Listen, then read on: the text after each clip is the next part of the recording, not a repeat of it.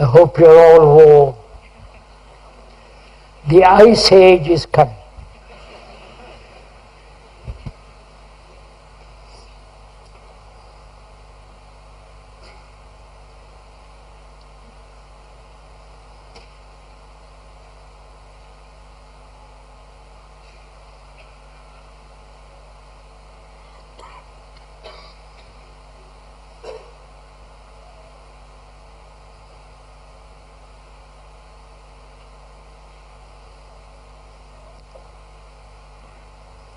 The speaker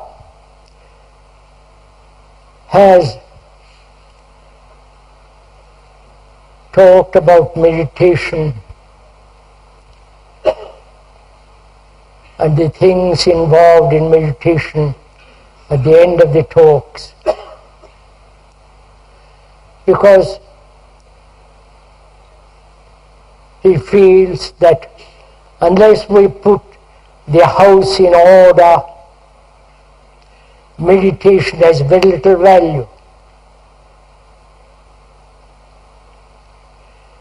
Meditation is really quite important. If one knows or understands the deep meaning of meditation. And he has purposely put it at the end of the talks, because there's a order in our lives must be established righteously before we can even think about meditation and that which is eternally sacred. And so we'll talk this morning about order. And we have talked about it also during the last three talks. And order is necessary. Order in our action, order in our relationship with each other, order in our daily, everyday activity. And to understand the very quality of order, which is totally different from discipline. Discipline, the root of it is to learn, not to conform, not to obey, not to imitate, but rather the order that comes through learning. Learning about ourselves, not according to some philosopher, some psychologist, but to discover order for ourselves, which is free from all sense of compulsion, from all sense of determined effort or order along a particular direction, and to discover that order which comes very naturally, and therefore in that order there is righteousness, not according to some pattern, but order, not only in the outward world which has become so utterly chaotic, because in ourselves we are not clear, we are confused, uncertain. And so to learn about ourselves, and that learning is part of order. And to learn about oneself not according to some psychologist, however erudite, however knowable, but if we follow another, we shall not be able to understand ourselves. And it is necessary to understand ourselves in order to have order. We live in disorder, both outwardly, politically, religiously, socially, also economically. Except in the technological world, we live in some kind of chaotic, meaningless existence. And to find out what is order, we must begin to understand, if we may point out,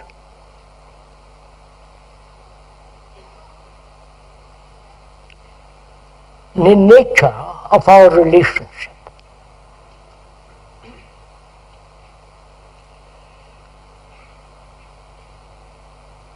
We live, and our life is a movement in relationship. One cannot possibly live alone, because however one may think one lives alone, you're always related to something or other, either to the past or some projected image in the future. So life is a movement in relationship. And in that relationship there is disorder. And we must together examine closely why we live in our relationship with each other, however intimately or superficially, why we live in such disorder in our daily life.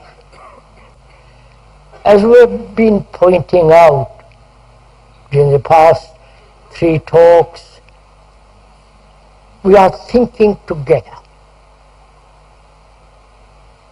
The speaker is not pointing out anything or trying to persuade you to think in a particular direction or doing any kind of persuasive, subtle pressure on you. On the contrary, we are together thinking over our problems, human problems, thinking together and discover what our relationship with each other is. Whether in that relationship there is order, whether in that relationship we can bring about order. And so, to understand the full meaning of relationship with each other, however close, however distant, we must begin to think, we must begin to understand why the brain creates images. I hope we are following each other. Why we have images about ourselves and images or pictures about others. Why in us each one has a peculiar image, and identifying oneself with that image. Why human beings throughout the world have created an image about themselves.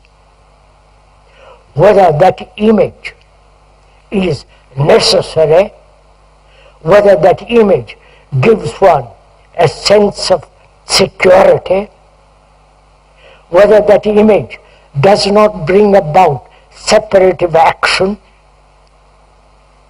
and in relationship, intimate or otherwise, why this image exists. For images separate human beings. Please, we are thinking together. I am not telling you how to think or what to think. The speaker is not pointing out, but together we are investigating to this very complex problem of relationship.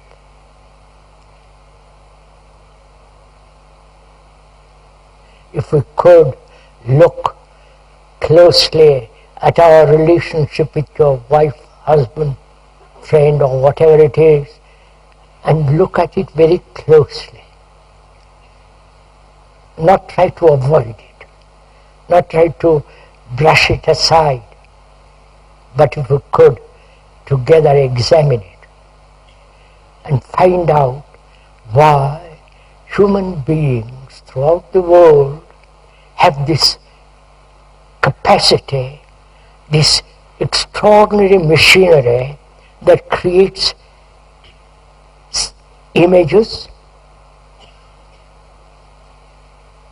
that creates symbols, patterns, and in those patterns, symbols, images, one finds a great security.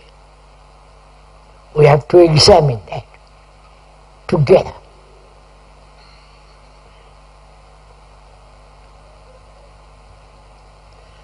If you observe, and I hope you don't mind the speaker pointing out to you, if one observes, one has an image about oneself.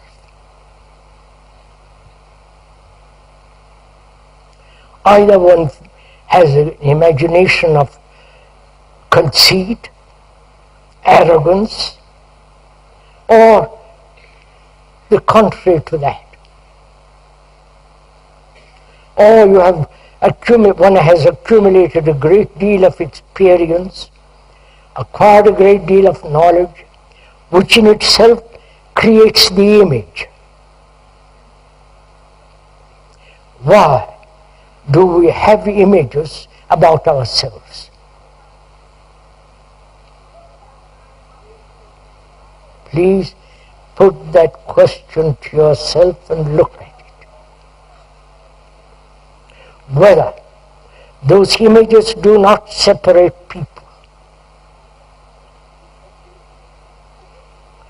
If you have an image as a Swiss or a British or French and so on, do not those images not only distort our observation of humanity, but also do they not separate? And therefore, wherever there is separation, division, there must be conflict.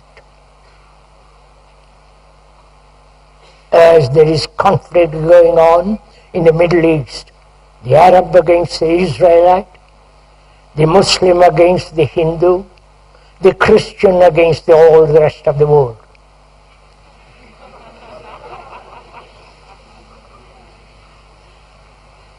This is going on. There is not only national division, economic division, which are all images, concepts, ideas, and the brain clings to these images.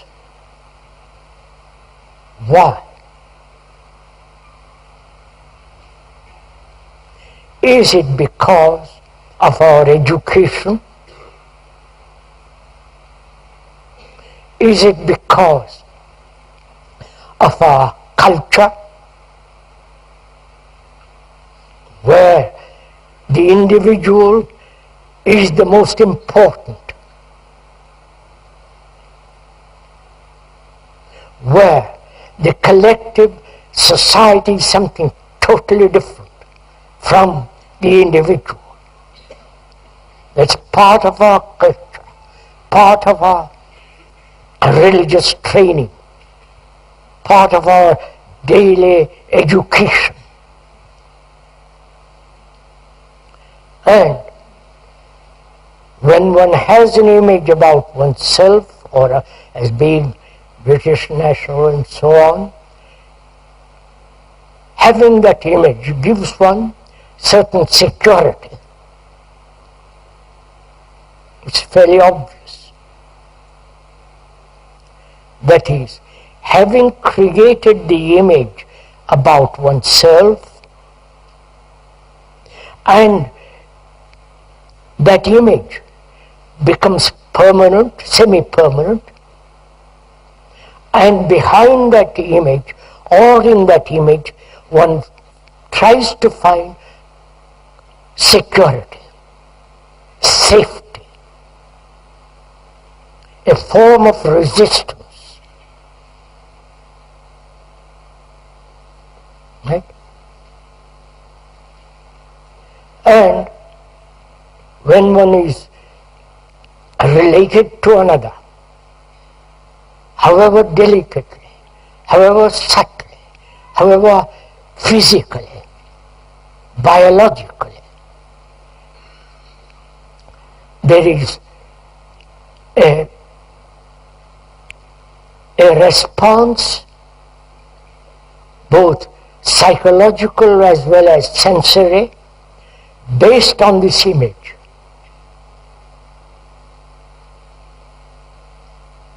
Again, that's a fact.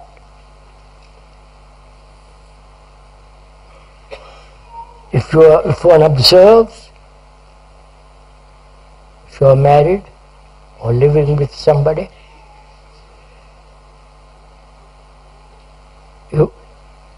in our daily life, the image is formed, whether you are acquainted or live with that person for a week or 10 years, the image is slowly formed, step by step. Every reaction is remembered, stored up in the brain.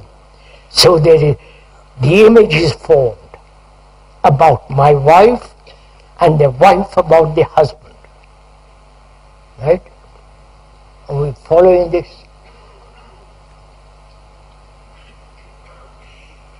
And the relationship is maybe physical, sexual, sensory, but actually the relationship is between these two images. Right? With speaker is not saying something extravagant or exotic or fantastic, but is merely pointing out, or rather together we are learning that these images exist.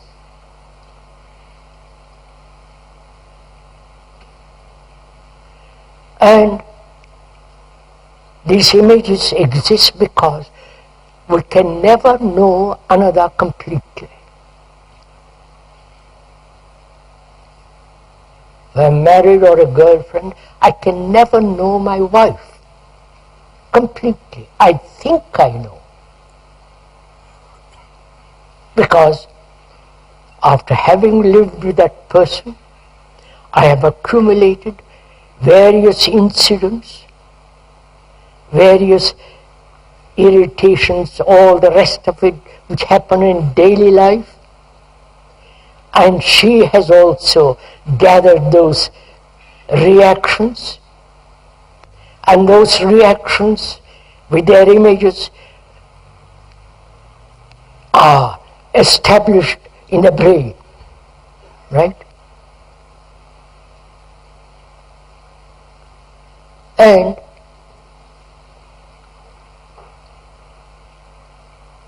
those images play an extraordinary important part in our life.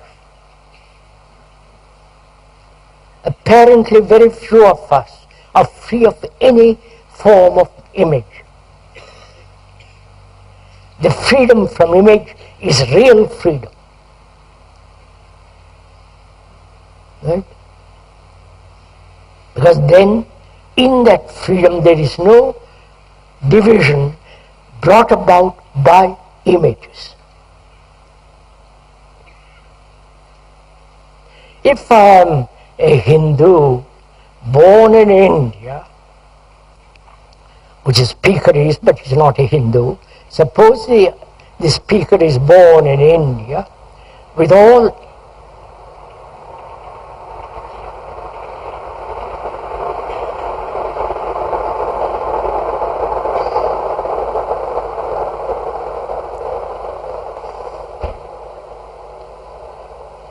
in India, with all the conditioning that goes on, the conditioning of the race, a particular group, with their superstitions, with their religious beliefs, dogmas, rituals, the whole structure of society, he lives with that image, which is his conditioning. And however much he may talk about brotherhood, unity, wholeness, those are merely words.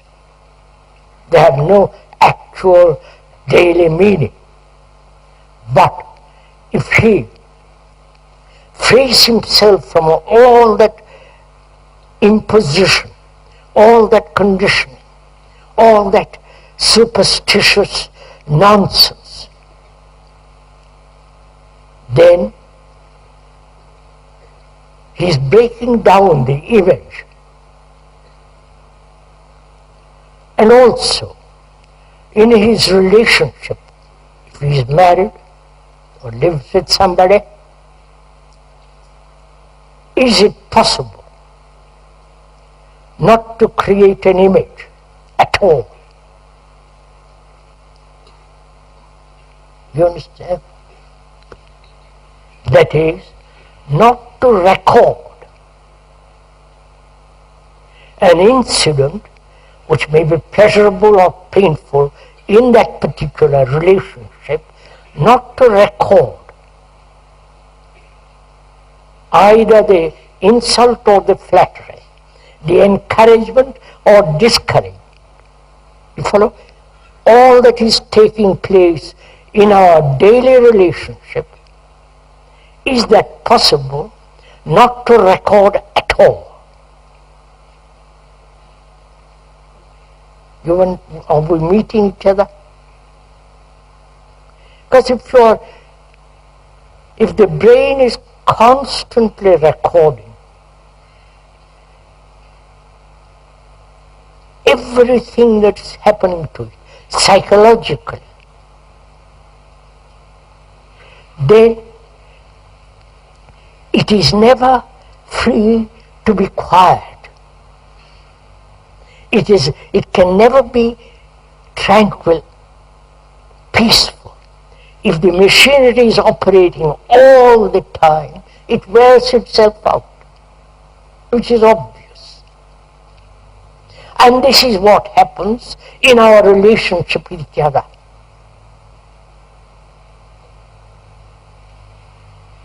Whether that relationship is with as a politician, as a guru, as a disciple, or whatever the relationship is, if there is constant recording of everything, then the brain slowly begins to wither away.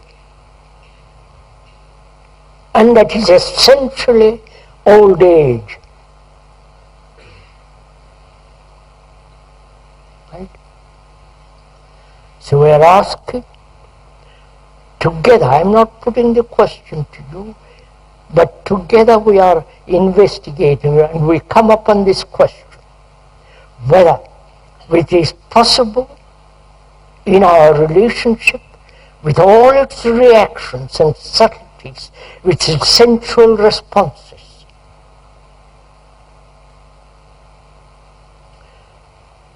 Whether there is a possibility of not remembering. That is it necessary to explain further?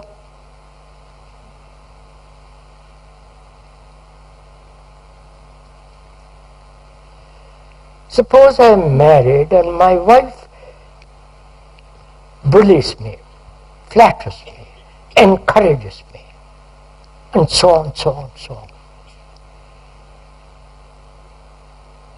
It is our daily education that is responsible for this remembrance. Remembrance of that irritation, remembrance of that encouragement, right? Remembrance of that depression which she or the other person feels and lives in that depression, therefore it feels separated. Follow? This recording is going on all the time. And we are asking psychologically whether it is possible not to record, but only record that which is absolutely necessary.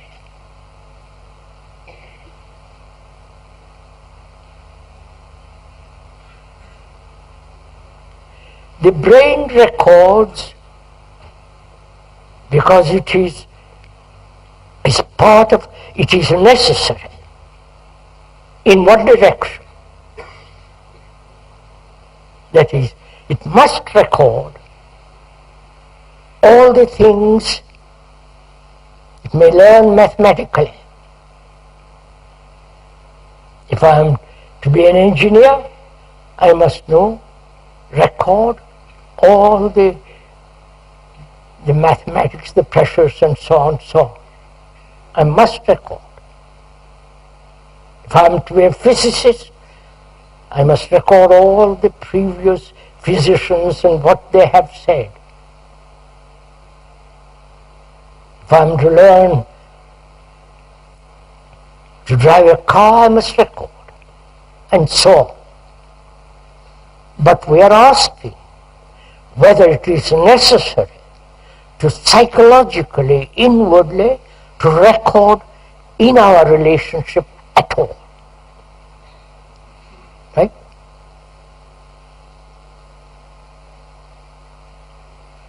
This remembrance of things past is that love. Go on.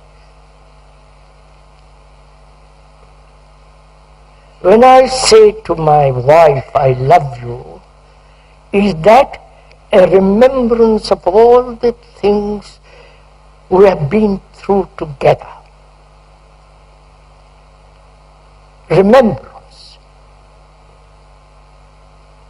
The incidents, the travail, the troubles, the struggles, which have all been recorded, stored in the brain. And when I say I love my wife, is that remembrance actual love? You understand my question?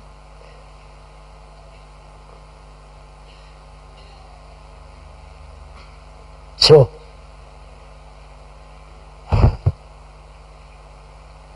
is it possible to be free of not to record at all?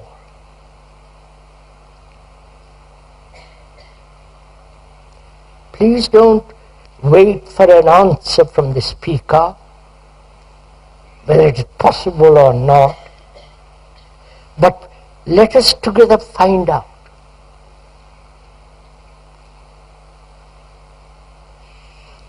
That is, it is only possible not to record when there is complete attention.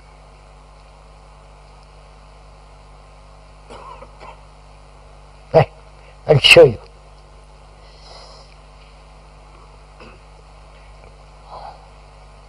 I don't know why we want explanations. Why our brains are not swift enough to capture, have an insight into this whole thing immediately.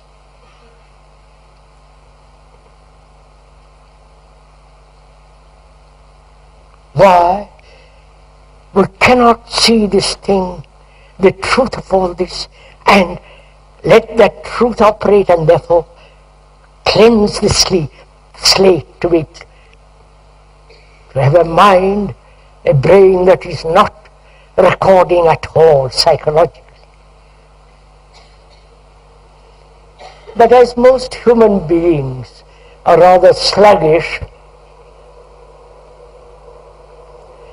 have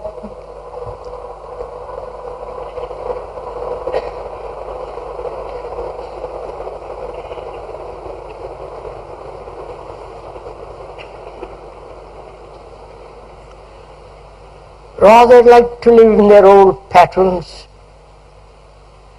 in their particular habit of thought. Anything new they reject, because much better to live with the known rather than with the known. In the known there is safety. At least we think there is safety. We think there is security in the known. So we keep repeating, walking, struggling within that field of the known. And to discover together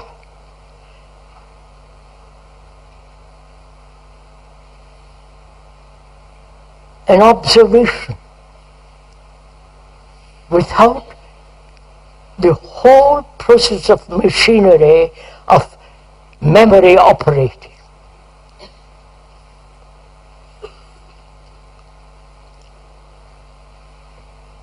Now, how am I? You have put that question to me and we have put that question to you. Is it possible in our relationship with each other, intimate or not, is it possible not to create an image about each other? Because that image, the remembrance of things past, which is the image, divides people. It's not only the image, but if I am ambitious, competing, trying to become chief executive or psychologically something or other, and my wife is also doing something else equally in other directions, how can we have a relationship? You understand my question?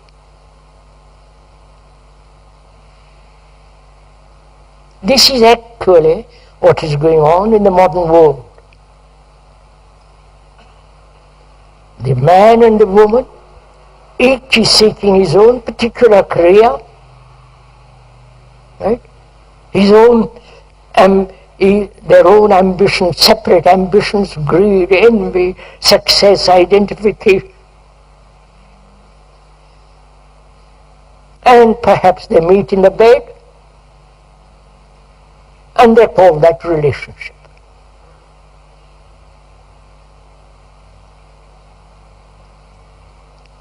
So, observing all this in one's daily life, one inevitably asks, is there a relationship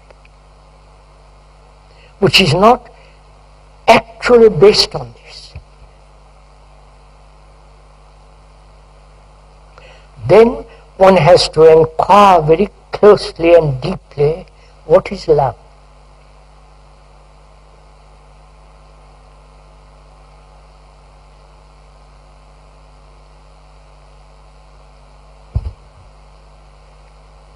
Are you waiting for me?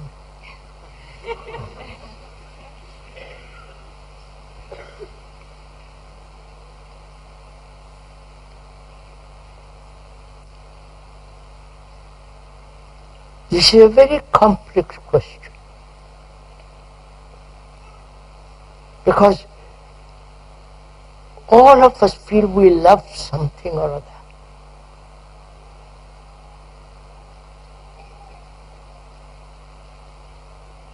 Not only the abstract love, love of a nation, love of a people, love of God, love of gardening, love of overeating. We have abused that word so terribly. So we have to find out basically what is love.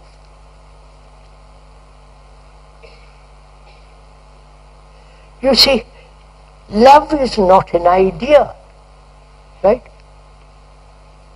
Love of God is an idea. Love of a symbol is still an idea. When you go to the church and kneel down and pray, you're really worshipping or praying to something which thought has created. Right? And so see what happens. Thought has created it. Actually this is a fact. And you worship that which thought has created. Which means you are worshipping in a very subtle form yourself. Right? I know this is a probably sacrilegious statement, but it's a fact. That's what's happening throughout the world. You create, thought creates the flag, the symbol of a particular country, then you fight for it, you kill each other, right? We destroy the earth in competition with another nation. And so the flag becomes a symbol of our love.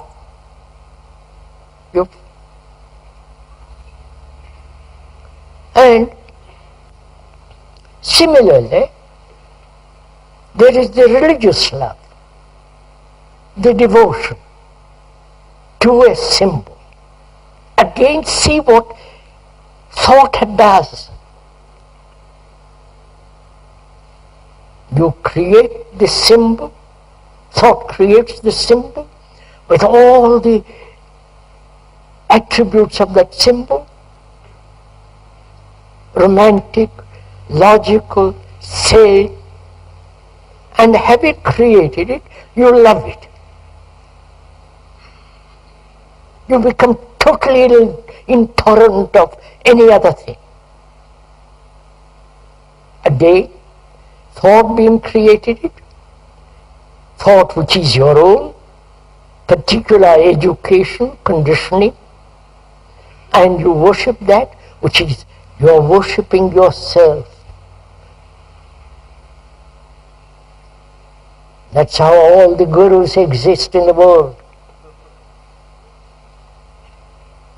All the priests, all the religious structure is based on that. And see the tragedy of it. As we have lived for millions and millions of years, we are still extraordinary, destructive, violent, brutal, cynical human beings.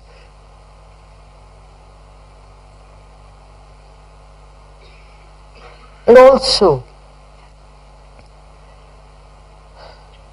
when we say I love another,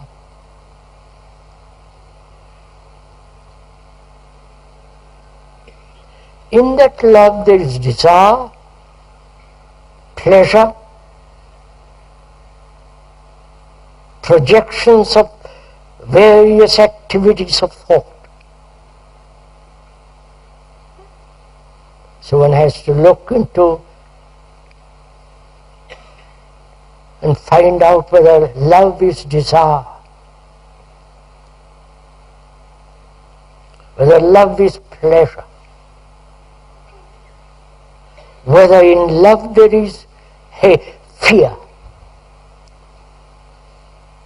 Because where there is fear, there must be hatred. Right? Please, I am not telling you all this, you know all this. Where there is fear, there must be jealousy, anxiety, possessiveness, domination.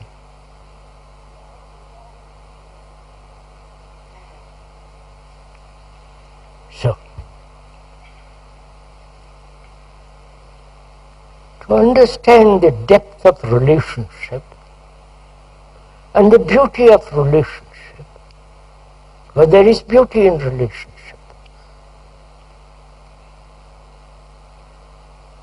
The whole cosmos is a movement in relationship. Cosmos means order. And when one has order in oneself, one has order in our relationship, and therefore order in our society.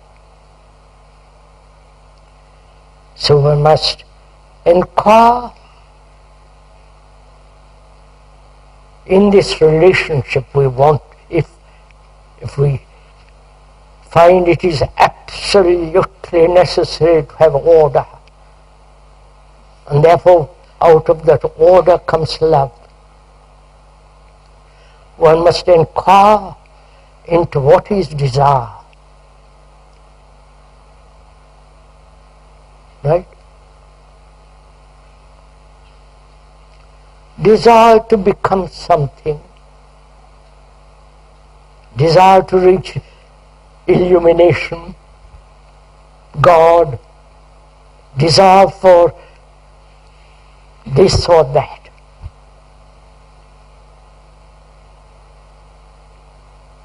So, this has been one of the problems, perhaps the problem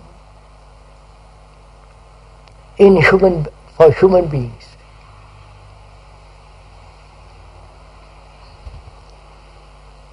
Must I go into all this?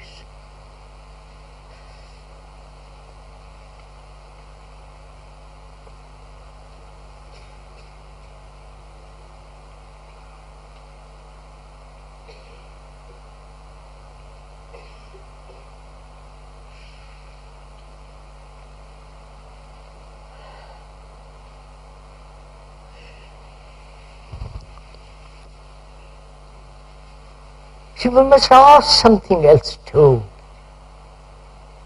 What is beauty?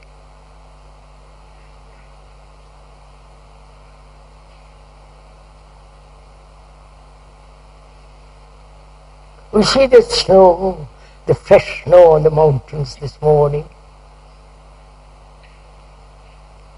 Clean, lovely sight, if you're not too cold.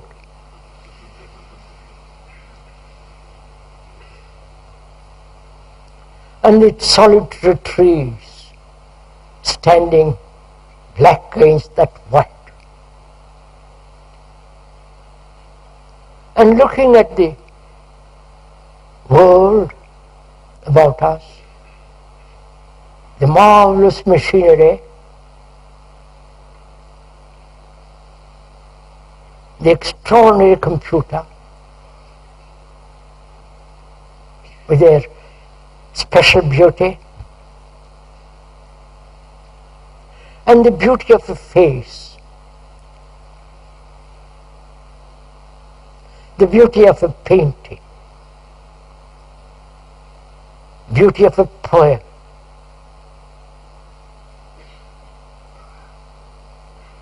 We seem to recognize beauty out there in the museums. When you go to a concert and listen to Beethoven or Mozart or whatever you listen to, there's great beauty. Always out there, in the hills, in the valleys, in the running waters, and the flight of birds, and the singing of an early morning of a blackbird. But is there beauty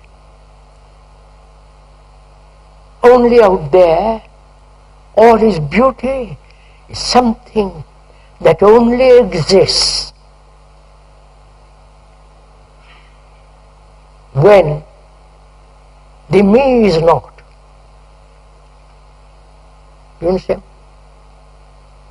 When you look at those mountains on a sunny morning, clear against the blue sparkling sky, I'm not being romantic, the very majesty of that drives all the accumulated memories of yourself for a moment. Haven't you noticed that?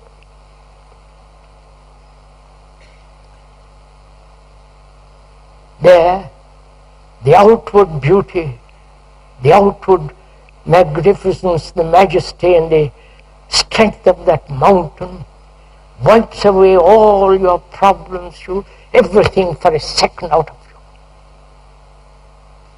You have forgotten yourself. Where there is total absence of yourself, beauty is.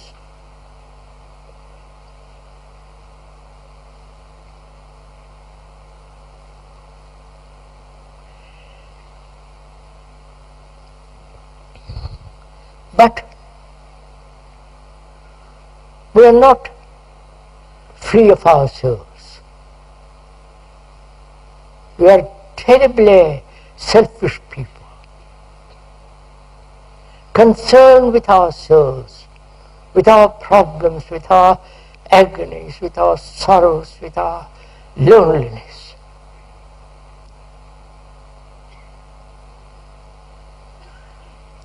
And out of that desperate loneliness, we want identification with something or other.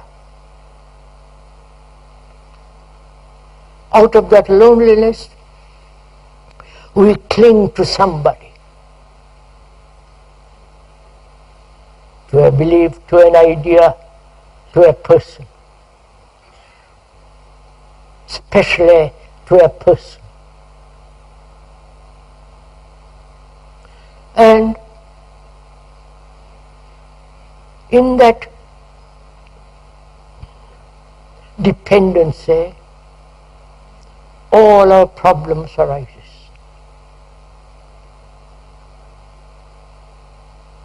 And where there is dependency psychologically,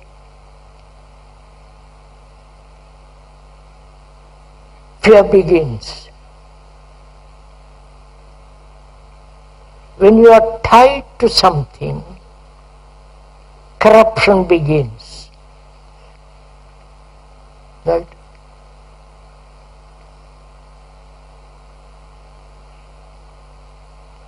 So one must go into this question of what is desire. Because that's the most urgent vital drive in our life. We're not talking about the desire for a particular thing, but desire itself, not for something. Let's go into it very carefully. Because as one must know, all religions have said, if you want to serve God, subjugate desire, destroy desire, control desire.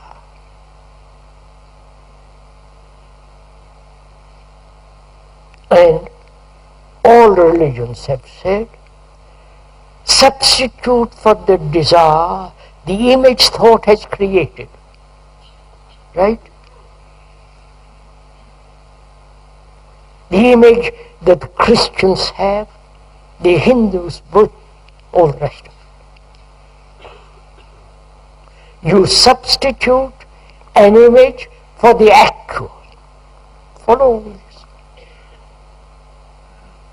The actual is desire, the burning of it. And one thinks one can overcome that by substituting that for something else. This has been the pattern of all religious thinking. Or surrender yourself to that which you think is the master, is the guru, is the symbol, etc. Which is again the activity of thought. I don't know if you are following all this. So one has to very carefully understand the whole movement of desire. But obviously, desire is not love. Desire isn't compassion. Without love and compassion, meditation becomes utterly meaningless. Because love and compassion have their own intelligence. It's not the intelligence of cunning thought.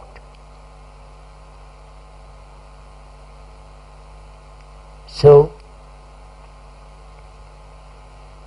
let us together. The speaker means together. Not the speaker explains and you follow. Then it will not be, you'll be merely followers. Whereas if both of us together, step by step, understand the nature of desire, why it has played such extraordinary importance in our lives, how it distorts clarity, how it prevents the extraordinary quality of love and so on. It is important that we understand and not suppress, not try to control it, not to direct it in a particular direction which may give you peace and all the rest of it, but rather examine together, please together, the nature and the movement of desire. Shall we go on? You are not tired? It's nice and warm here.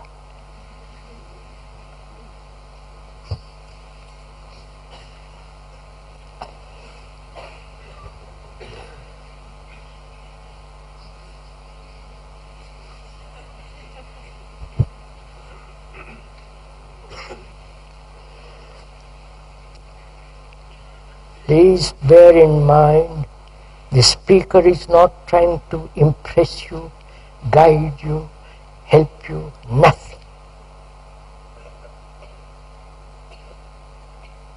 But together we are walking, perhaps in hand, along a very subtle, complex path.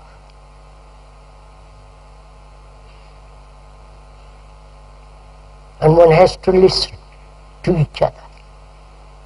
One has to listen to find out the truth about desire.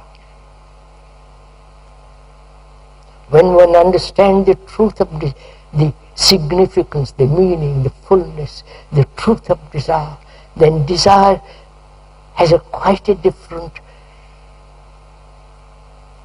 value or drive in one's life.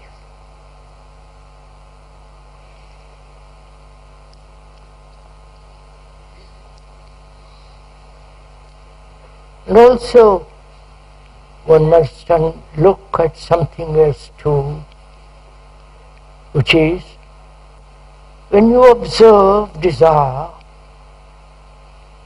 are you observing it as an outsider looking at desire? Yes? Or you are observing desire as it arises.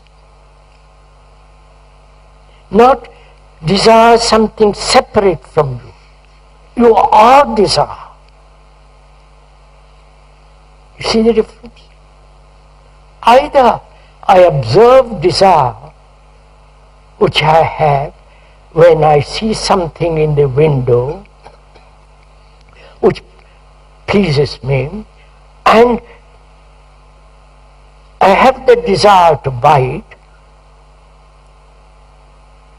and then the object is different from me,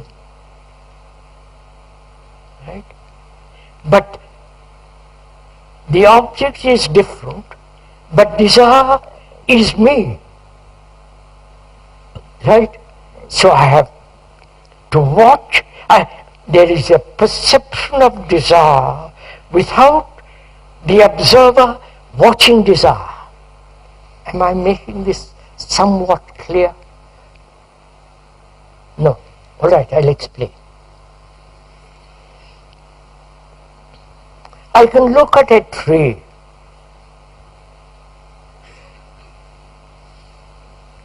The tree is the word by which I recognize that which is standing in the field. But I also know that the word is not the tree. Right? The word is not the tree. My wife is not the word. Right? But I have made the word my wife. I don't know if you see all the subtleties of all this. So I must very clearly understand from the beginning, the word is not the thing. The word desire is not the feeling of it. Right? The extraordinary energy that has behind that reaction. So I must be very watchful that I am not caught in the word.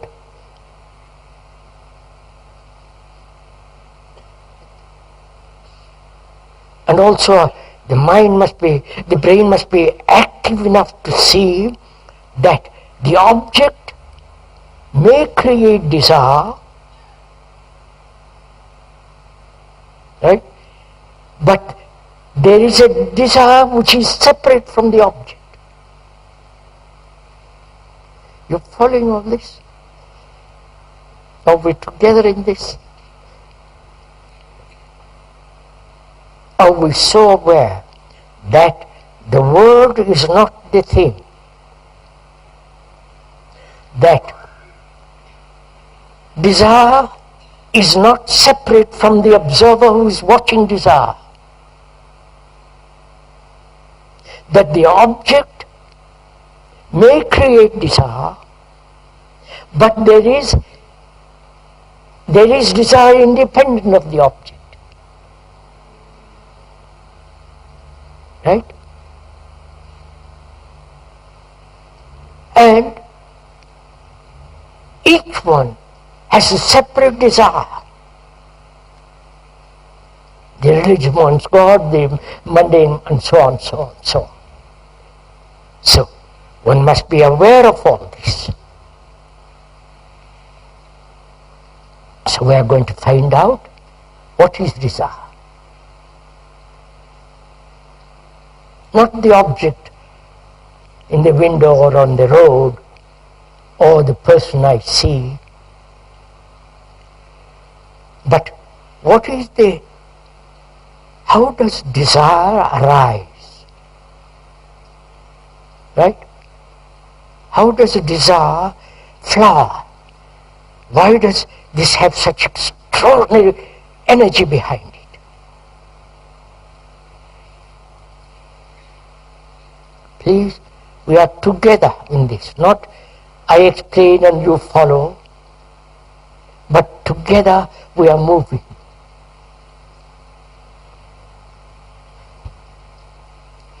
Because this has a great importance in relationship.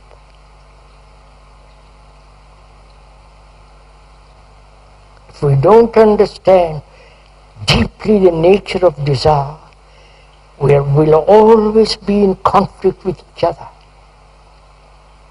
I may desire one thing and my wife may desire another.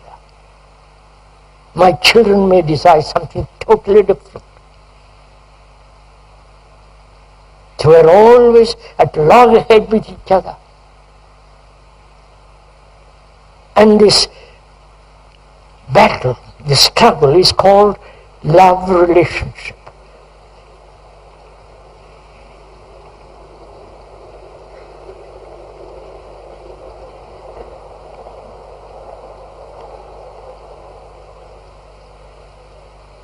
We are asking, what is the source of desire?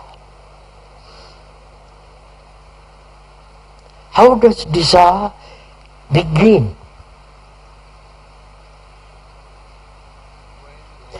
And please, there will be question and answers after next Sunday. So please be good enough, if you don't mind, then we can write down the question and I'll respond, but not now, if you don't mind.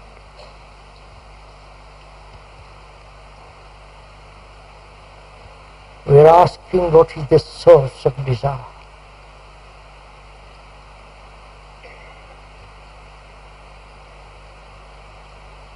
And we must be very truthful in this. Very honest. Because it's very, very deceptive. Very subtle unless we understand the root of it.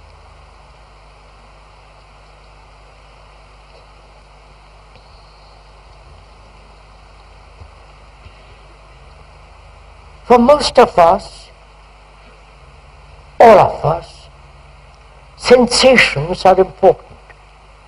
Sensory responses, right?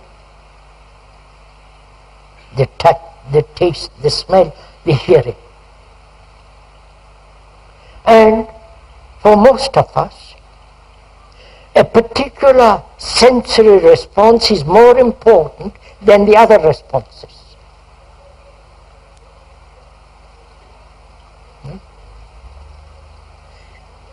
If we are artistic, we see something special.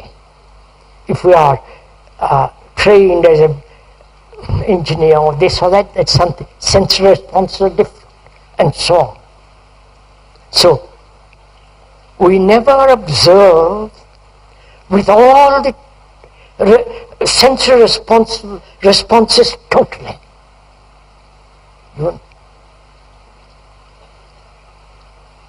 We respond or observe in our responses about something special, divided. Now, let's find out if it is possible to respond totally with all your senses. See the importance of that. That is, if one responds totally with all your senses, there is the elimination of a centralized observer. Wonderful following of this, right? But when we respond to a particular thing separated, then in that separation begins the division, right? I wonder, find out when you go out of the cabin, out of this tent, when you look at that river, the flowing waters, the light on the waters, the swiftness of the waters, find out if you can look at it with all your senses. Don't ask me how. Then it becomes mechanical. You understand? But if you say, let me try, look at it, find out. That is, to educate ourselves in the understanding of the sensory responses which will be total.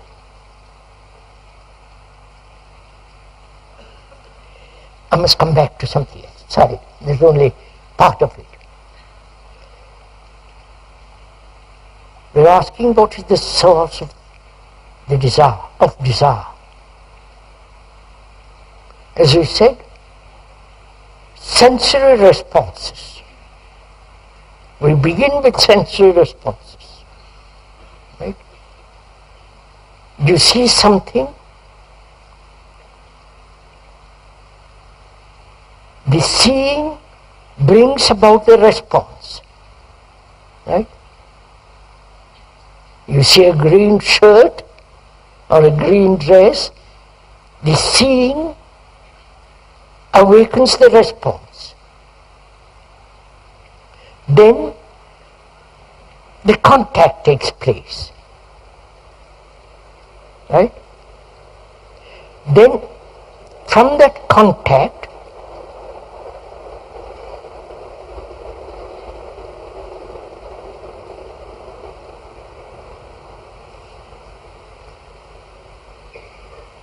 thought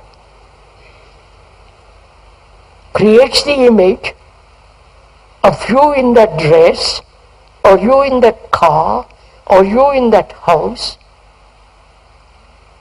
Right? So watch, go slowly into this. Sensory responses, the seeing, the hearing, the tasting, sensory responses.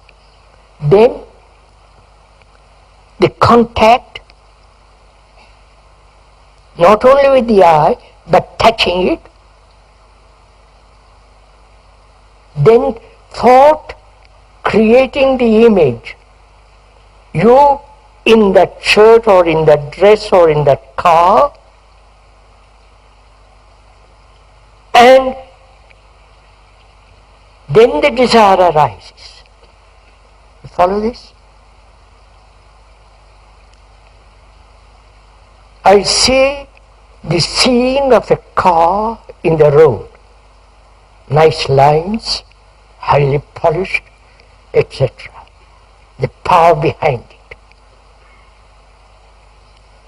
Then I touch it, feel around, go around it, examine the engine. Then thought says, me creating the image, me getting into the car and starting the ignition, putting the pedal again, drive. No, just see, this is actually what goes on. Right? So desire begins, the source of desire is when thought creates the image, up to then there is no desire.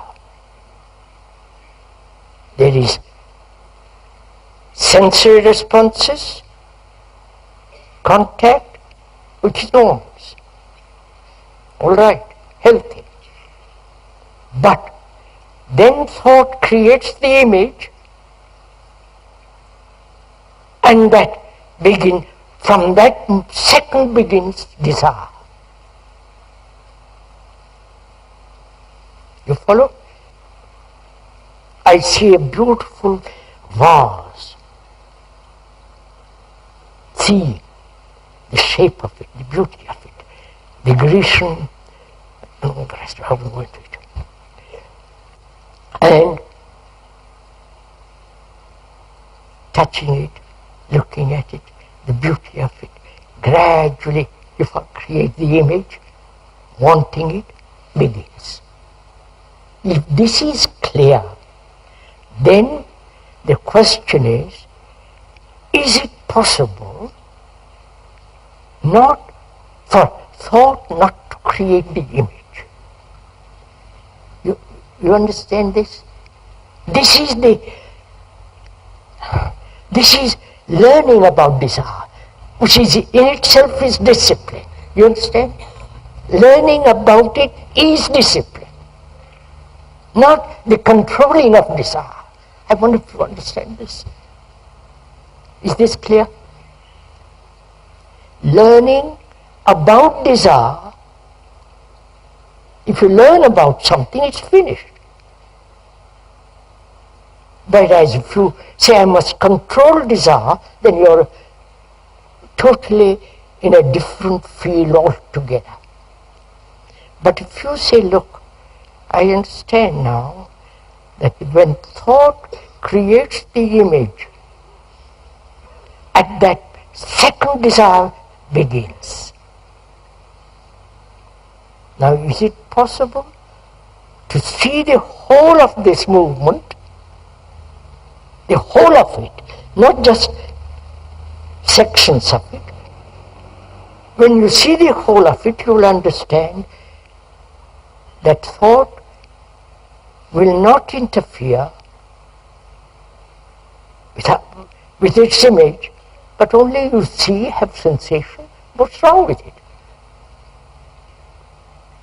You understand? No, you don't.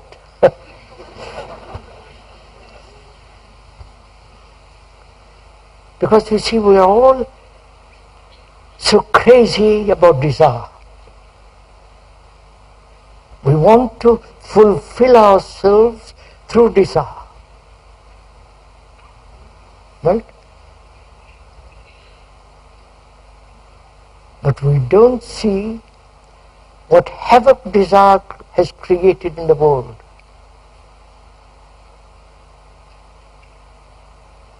Desire for individual security, desire for individual attainment, success, power, position, prestige. You follow?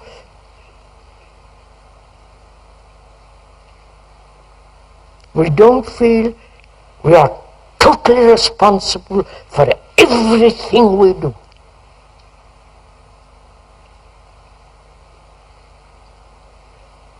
And if one understands desire,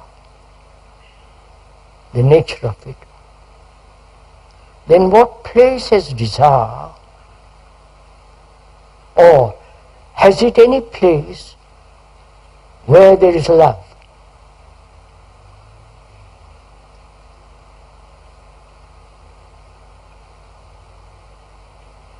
Is love something so extraordinarily outside of human existence that it has really actually no value at all? Or because we have not seen the beauty and the depth and the greatness, sacredness of this word, not the word, of the actuality of it, that we haven't the energy, time, to study, to educate ourselves, to understand what it is.